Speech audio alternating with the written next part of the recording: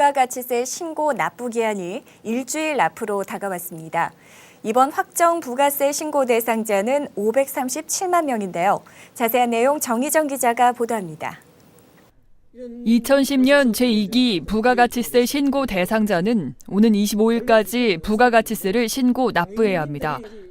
이번에 신고해야 할 대상자는 총 537만 명으로 지난해 같은 기간보다 18만 명 늘어났습니다. 2010년 7월 1일부터 12월 31일까지의 매출 매입에 관한 실적이 그 대상이 되고 지난해 10월에 예정 신고를 한 법인 사업자나 개인 사업자는 2010년 10월 1일부터 12월 31일까지의 실적이 되겠습니다. 국세청은 이번 확정 신고부터 납세자에게 신고 간섭의 오해를 불러올 수 있는 신고 전 개별적 성실 신고 안내를 폐지한다고 밝혔습니다. 납세자가 자율적으로 성실하게 신고할 수 있도록 하되 납세자의 신고와 납부에 도움을 주는 세법 개정 내용이나 전자세금 계산서 신고 방법 등은 적극적으로 안내한다는 방침입니다. 이번에 개정된 세법 내용에 따르면 변호사와 회계사 등 전문업종, 예식장업과 부동산 중개업 등의 종사자들이 현금 매출 명세서를 제출하지 않거나 사실과 다르게 제출한 경우 종전 0.5%였던 가산세가 1%로 인상됩니다. 부동산 임대 공급 가액 명세서를 제출하지 않거나 사실과 다르게 기재한 경우에도 가산세가 부과됩니다.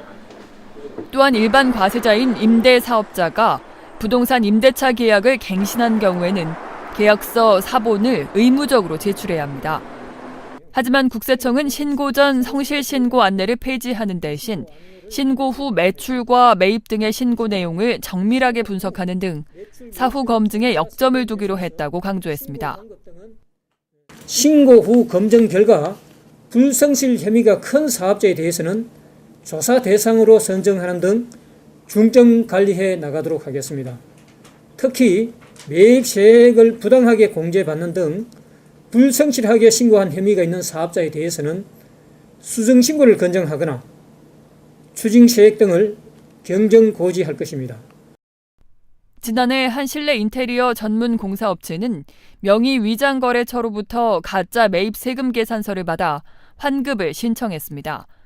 그러나 관할 세무서의 정보 수집과 철저한 분석으로 부당하게 매입세액을 공제받은 것이 밝혀졌고 환급 취소와 함께 부가가치세를 추징당했습니다.